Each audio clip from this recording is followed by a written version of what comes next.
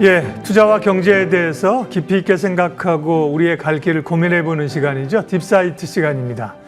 정말 주식시장이 오래 하신 분들은 몇 년마다 주기로 극강의 변동성이 있었는데 지금이 또 그런 하나의 선례로 기록될 만한 상황이고요. 상호 관세, 또 미국과 중국과의 관세 정책이 정면 충돌하고 있는데요. 우리는 어떻게 해야 될까요? 오늘 두 분 모시고 전략 세우겠습니다. 허재환 유진투자증권 상무 오셨고요. 문남중 대신증권 수석연구위원 함께 하겠습니다. 어서 오십시오. 네, 안녕하세요. 네. 와, 정말 지수가 하루에 10%씩 올랐다가 5% 빠졌다가 9% 올랐다가 이런 상황들을 지금 보고 있는 건데요. 일단 허 상무님께 트럼프가 중국을 제외하고 상호 관세를 90일간 유예하기로 했습니다. 중국 얘기는 좀 있다 하더라도 큰 틀에서의 어떤 관세 이슈는 적어도 정점을 좀 지나고 있다고 봐도 되는 걸까요? 예, 아직 이른가요? 저희는 이제 그렇게 정점은 좀 지나고 있다라고 네. 생각을 좀 하고 있습니다. 예. 근데 이제 이게 이제 투자라는 측면하고 실물 경제 측면에서는 조금 다를 수는 있을 것 같아요. 네. 왜냐하면 기존의 관세를 유예를 하더라도 어쨌든 대중국 관세는 계속 지금 올라가고 있는 상황이기 때문에 네. 이제 실물 경제 쪽, 특히 이제 물가에 대한 압박이라든지 소비 수요에 대한 압박은 좀 지속이 되긴 하겠습니다만은 그래도 이제 좀 더 이 실물 경제를 조금 더 앞서 반영하는 주식시장 입장에서 봤을 때는 이제 아주 최악의 어떤 시나리오는 조금씩 좀 정점을 쳤다라고 생각이 좀 들고, 다만 이게 이제 불확실성이 워낙 크기 때문에 이게 이제 급격히 떨어지기보다는 서서히 떨어지는 형태가 좀 되지 않겠는가, 이렇게 좀 보고 있습니다. 그렇죠. 과거에 일테면 중동에서의 어떤 긴장감들, 미사일이 날아다니고 이런 것들은 사실 어떻게 보면 아니라고 생각하게 되면 빠르게 회복할 수 있는데, 이런 경제적인 충격들, 과거의 금융 시스템이라든지 이게 정책들은 이게 하루 만에 끝날 문제가 아니어서요. 문남중 의원께는 어쨌든 변동성이 이전에 우리가 코로나나 리먼급까지도 커진 그런 상황이지 않습니까? 이 변동성 구간은 언제쯤 이렇게 잦아들 수 있을까요? 지금 상황은 어떻게 파악하고 계신지요? 상무님도 얘기해 주셨지만 저 역시 트럼프발 금융시장의 후폭풍, 사실 불안의 정점은 이미 지나갔다라고 생각을 하고 있고요. 예. 아무래도 이제 트럼프의 상호관세 90일 유예가 지금 현재 글로벌 증시의 하방 경직성을 높이는 보험 역할을 해줬다고 판단하고 있고, 지금 현재 트럼프 2기 행정부가 75개국과 함께 이제 상호관세율을 낮추기 위한 물밑 협상을 진행 중이기 때문에 이에 대한 언론 보도들이 나올 때마다 증시의 상방 압력은 좀 커질 여지가 있다고 생각합니다. 그래서 저는 앞으로 일어날 미래의 상황에 대해서 사실은 이렇게 될 거라고 확고하게 얘기하기 어려운 부분들은 있지만, 지금은 실물 경제와 금융시장 간의 괴리가 큰 국면이다라고 생각을 하고 있기 때문에 이런 국면들은 과거 경험상 어떤 증시의 추세를 바꾸는 역할을 하지 못했다고 보고 있기 때문에 저는 올해 연말까지는 그래도 미국 주도의 글로벌 증시가 기존의 상승 추세에 투ром할 수 있다라고 보고 있기 때문에 지금 지나가고 있는 이런 후폭풍들이 연속성을 가질 수 없다라고 판단을 하고 있습니다. 네. 지금의 극심한 변동성의 상황들을 두 분 말씀을 듣고 지금까지 들은 말씀만 들으면 안정감을 갖게 하는, 걱정을 좀 내려놓게 하지만 그러나 좀 디테일한 부분들은 사실은 시장의 걱정이 완전히 사라지지는 않습니다. 여러 고민들이 있는 건데요.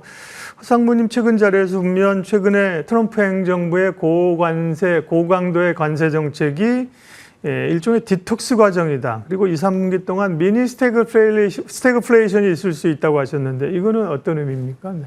네, 사실 디톡스는 제가 한 얘기는 아니고 네. 베센트 재무장관이 네.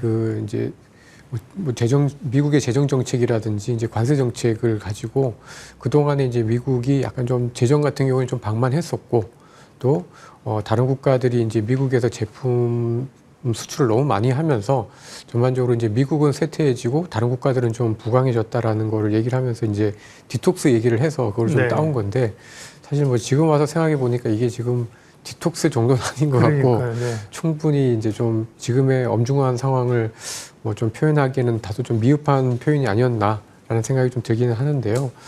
기본적으로는 그래도 이제 미국이 약간 이제 2분기 때, 특히 이제 1, 2월 달에는 미국이 이제 수입을 굉장히 많이 늘렸기 때문에 이제 아무래도 관세가 올라가기 전에 이제 수입 수요가 좀 많이 늘어난 부분들이 있어서 뭐 1분기 기업들의 실적이라든지 미국의 GDP가 1분기까지는 아주 크게 망가지진 않을 것으로 추정이 됩니다. 그래서 2분기 가이던스가 이제 문제가 되겠네요. 예. 그죠? 근데 이제 아무래도 2분기 때는 기업들이 이제 관세 얘기를 안 할 수가 없을 네. 거고 또 미국의 수입업자들도 또는 소비자들도 그동안 이제 선수요라고 했었던 것들을 이제 다시 해소하고 재고를 이제 소진하는 과정에서 아마도 2, 3분기 동안에는 물가는 조금 예상했던 것보다 조금 높게 올라가되 수입 수요라든지 실제로 수요는 좀 약해지면서 미니 스태그플레이션, 계속되는 어떤 스태그플레이션 아니라고 하더라도 적어도 3분기 초반까지는 물가에 비해서 성장이 낮은 그런 형태의 모습이 좀 예상이 된다라는 의미에서 좀 표현을 좀 해봤습니다. 네. 트럼프의 미국의 관세 정책 관련된 얘기 다시 좀 얘기하면 사실은 중국을 제외하고 나머지 국가에 대해서는 이 협상을 통해서 해결하겠다는 건데 제일 문제가 이제 중국 아닙니까? 중국하고는 정말 강대강으로 지금 펀치를 주고받으면서 우리가 상상할 수 없는 숫자의 관세율들이 나오고 있잖아요. 급기야는 125에서 145까지 이렇게 나오고 있는 상황인데 문 의원님이 지금 강대강이잖아요. 어디까지 서로 이렇게 기싸움을 할까요? 그리고 해결될 수 있는 단초라든지 시기를 조금 가늠해 볼 수 있을까요? 올해 트럼프 관세부가 따른 향후 물가 상승 자극, 이로 인한 스태그플레이션, 특히 최근 들어서 이제 여러 교역국들 중에서도 특히 중국을 상대로 대강경 정책을 펼치고 있는 상황이기 때문에 사실 지금 상황들을 정략적인 지표를 가지고 평가하기는 좀 어렵다고 봅니다. 그렇지. 결국에는 트럼프라는 인물의 어떤 정석적인 변수가 가장 큰 리스크가 되고 있는 상황이기 때문에 이게 이제 가장 큰 관건이 될 걸로 좀 보고 있는데요. 저는 G2 간의 갈등들이 계속 확산되지는 않을 걸로 좀 보고 있습니다. 왜냐하면 양국 모두 잃을 게 너무 많다라고 생각을 하고 있고요. 과거에 G2는 경제적 공생관계를 통해서 안정적으로 성장을 해왔던 그 사례들이 사실 트럼프 집권하고 나서 깨지기 시작을 했습니다. 그로 인해서 이제 미국 경제, 중국 경제 역시 그 영향권에서 벗어나지 못하는 모습들이 나타났고요.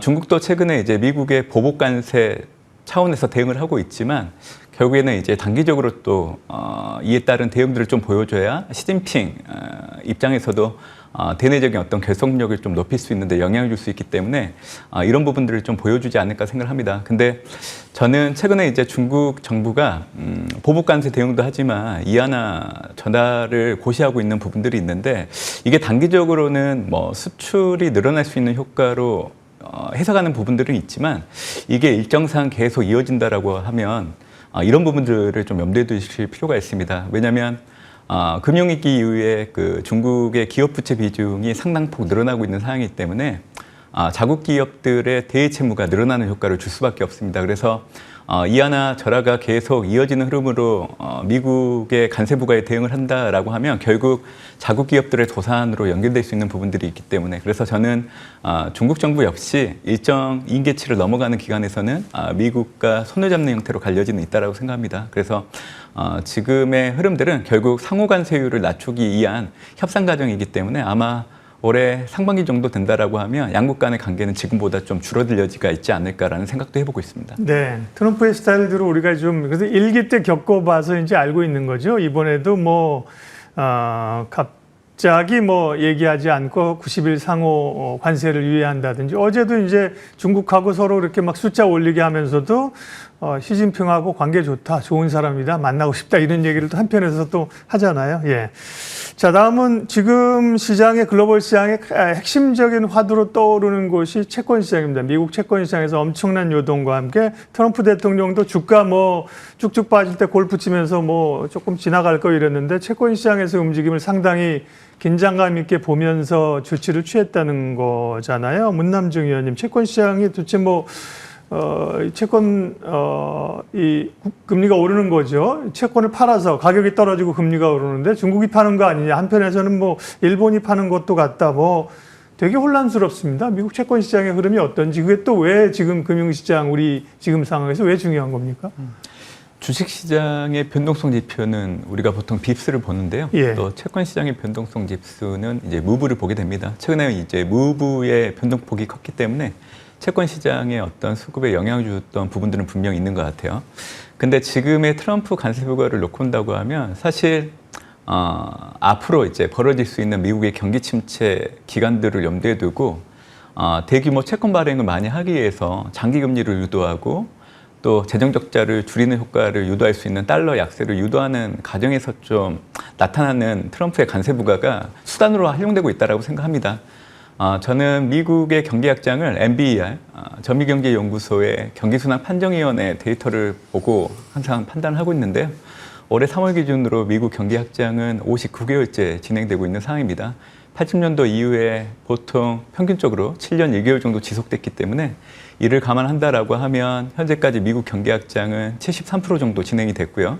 이제 남아있는 기간이 27% 정도에 해당되는 기간입니다. 결국 저는 기본적인 베이스로 2027년도 상반기 좀 더 빨라진다고 하면 내년 하반기, 좀 늦어진다라고 하면 트럼프 일개 정부처럼 재정 지출을 통해서 인위적으로 좀 경기 확장을 연장시킬 수 있다라고 보고 있기 때문에 2027년도 하반기가 될 여지는 있다라고 보고 있는데 결국 어느 시점이 되든 미국 경기 확장이 영원히 계속 될 수는 없다라는 겁니다. 그래서 트럼프가 이를 잘 인지하고 있다라고 보고 있기 때문에 저는 선제적으로 좀 올해부터 내년도 만약에 미국 성장 둔화가 뚜렷하게 나타난다라고 하면 이에 대한 대응으로 장기 금리를 낮춰서 좀 국채 발행을 많이 하려고 하는 부분들을 염두에 두고는 사전 작업을 올해부터 한다라고 보고 있기 때문에 최근에 주식시장 하락에는 그렇게 크게 영향이 없었던 트럼프가 채권 시장, 특히 장기 금리가 갑작스럽게 올라가는 걸 놓고 상호관세율을 90일 유예한 거를 놓고 본다고 하면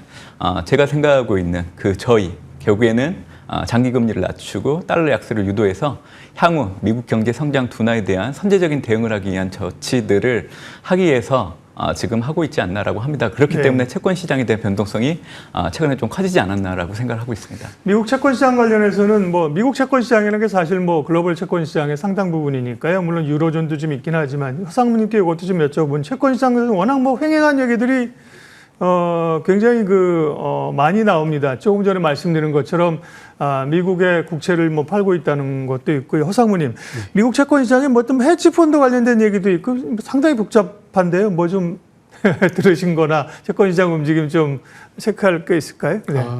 요즘에 제일 많이 나오는 이야기가 이제 베이시스 트레이드라고요. 그러니까요. 네. 이제 현물을 사고 이제 선물을 파는 네. 그런 형태의 이제 무위험 이제 차익 거래가 사실 이제 헤지펀드들이 많이 하게 되고 이 헤지펀드들이 사실은 굉장히 미세한 가격 변동을 가지고 돈을 벌려고 하다 보니까 이 차입을 많이 합니다. 근데 이제 최근 들어서 이제 미국 국채가 약간 이제 스태그플레이션스러우니까 이게 이제 경기가 안 좋다고 하고 침체 걱정들을 하지만 금리가 잘 안 떨어지는 거죠. 그러다 보니까 이제 이 격차가 줄어들면서, 그러니까 선물과 현물 간의 가격 격차가 줄어들면서 일부 청산되는 물량들이 좀 많이 나왔다라는 얘기들이 또 나오면서 채권 시장에 또 좀 혼란을 주고 있다라고 보여집니다. 주로 헤지펀드들이 그렇죠. 네, 그렇게 그렇습니다. 하는 모양이에요. 네.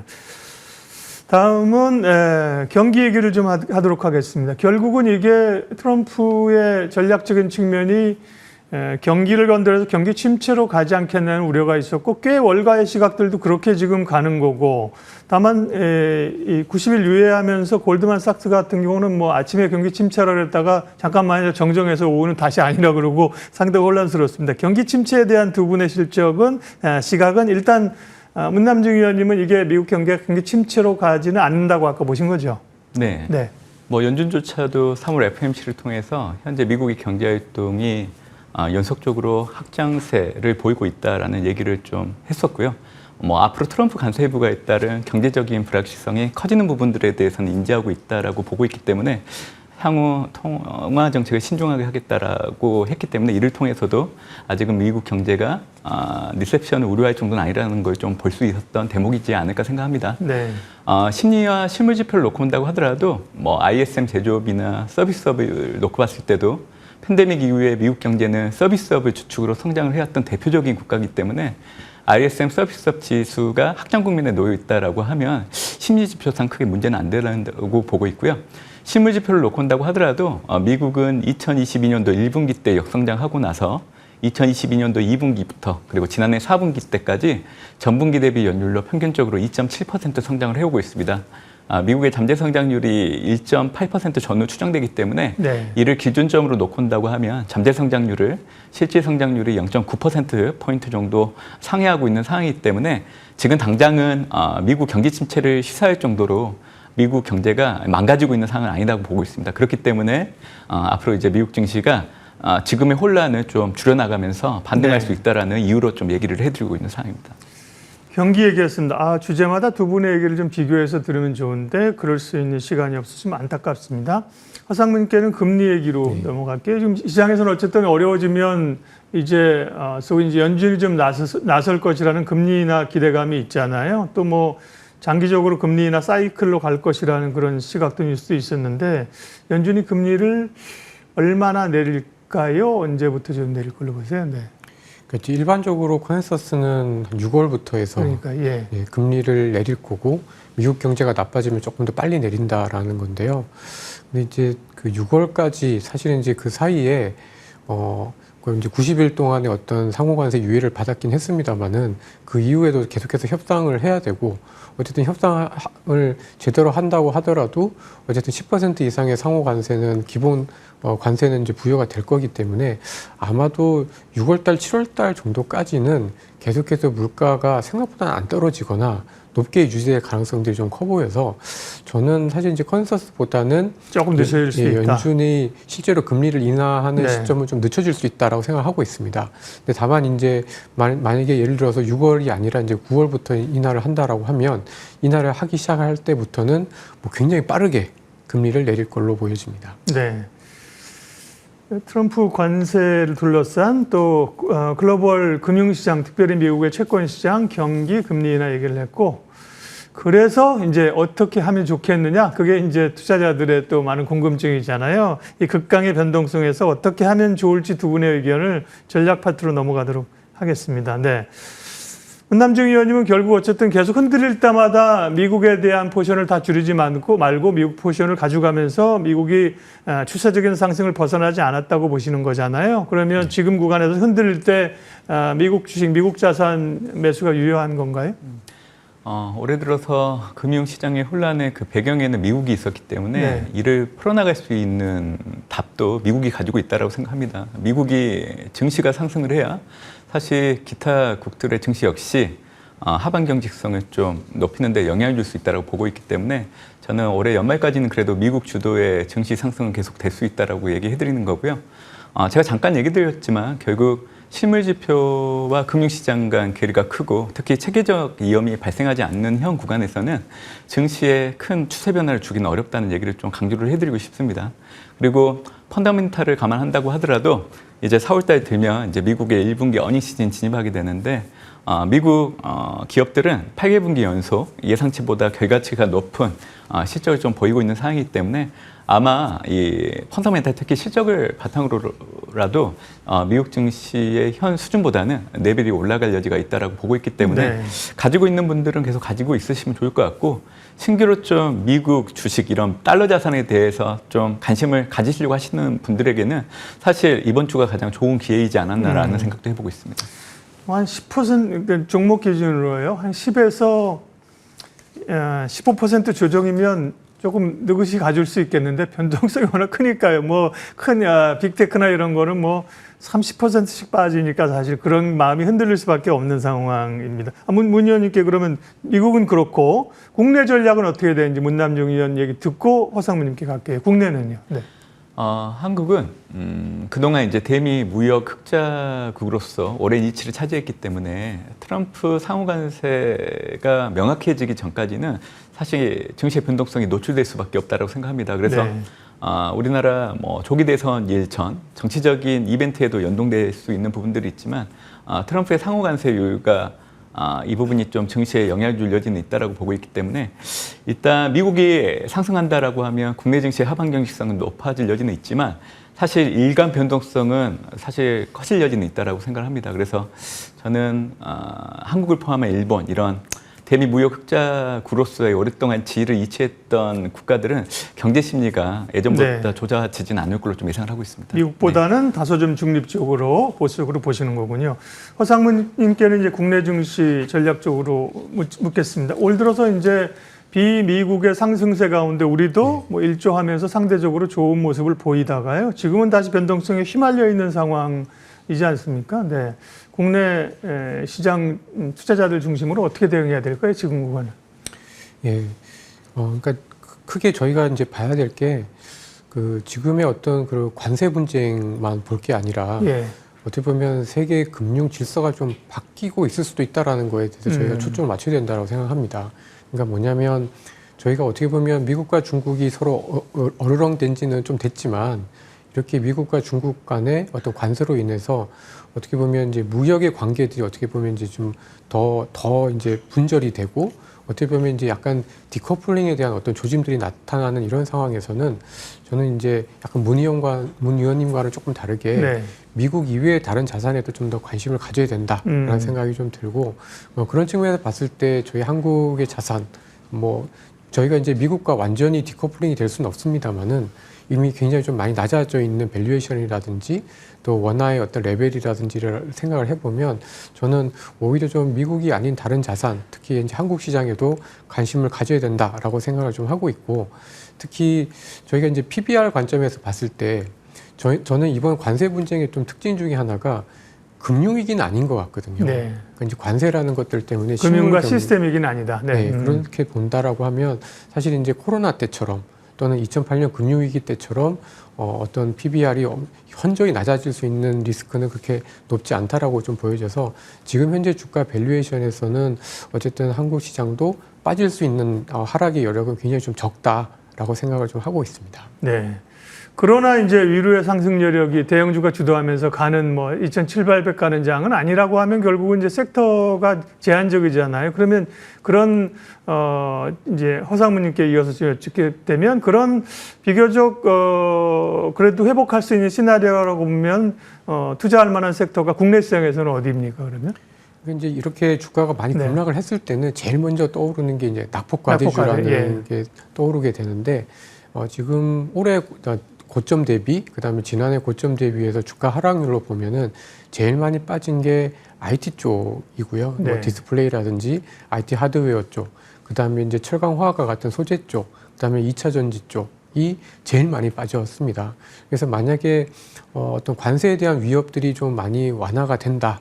그리고 지금처럼 달러가 조금 더 약해진다라고 하면 오히려 커머더티스러운 또는 커머더티처럼 이 달러 자산에서 조금 더 자유로운 어떤 그 사업 영역을 가지고 있는 산업들이 상대적으로 좀 유리하지 않을까라고 네. 좀 보여지고 특히 관세에 대한 압력이 낮아질 때마다 어떻게 보면은 이런 반도체 뭐 이런 산업들 그다음에 소재나 배터리 같은 산업들이 주가가 좀 올랐기 때문에 오히려 지금부터는 그런 산업들 물론 이제 그동안에는 뭐 조선 방산에다가 그렇죠. 뭐 필수 소비재 통신 이런 아주 내수의 굉장히 좀 저변동성의 산업들이 그나마 괜찮았다라고 하지만 여기서부터는 지금 주가 예. 레벨에서는 오히려 소재나 배터리 이런 산업들에게 좀 더 주목할 필요가 있다. 이렇게 좀 말씀드리고 싶습니다. 네. 문낭중 위원님께 마지막 질문이 한 1분 정도 시간 드릴 수 있을 것 같습니다. 미국의 흐름들을 괜찮게 보신다고 하면 미국은 여전히 빅테크가 관심이 있는 건지와 함께 미국도 이외 인도 시장도 처음 얘기하셨다고 했는데요. 투자 대상으로 고려할 수 있는 부분 어떤 게 있는지 마무리해 주십시오. 미국 증시 역시 낙폭 과대주 위주로 접근하는 건 유효하다라고 생각합니다. 최근에 네. 매그니피센트 7 종목들의 12개월 선행 PER이 지난 2년 수준까지 많이 내려와 있기 때문에 분명히 매력이 있는 구간에 접어들었다고 판단을 하고 있는 상황이고요. 저는 올해 연초 이후부터 이제 국가를 선택할 때 경제 체력 그리고 완화적인 통화 정책을 쓸 수 있는 국가 이렇게 구분해서 보고 있습니다. 경제 체력이 좋은 국가는 얘기해 주셨던 인도, 베트남, 대만 정도를 좀 보고 있고 금리 인하와 같은 완화적인 통화 정책을 쓸 수 있는 국가는 유럽과 멕시코, 한국 정도를 보고 있는데 한국은 이제 조기 대선 결과 확인 전까지 이 부분을 또 반영을 해야 된다는 얘기를 좀 드리고 있는 상황입니다. 결국 시장에 특히 자금 유입이 들어왔을 때 가장 매력적으로 보일 수 있는 부분들은 비싼 종목들보다는 저렴한 종목들. 그래서 이제 저 역시도 낙폭과대주 중심의 매그니피센트 7에 접근하는 것들이 가장 유효한 대안이지 않을까 생각하고 있습니다. 예.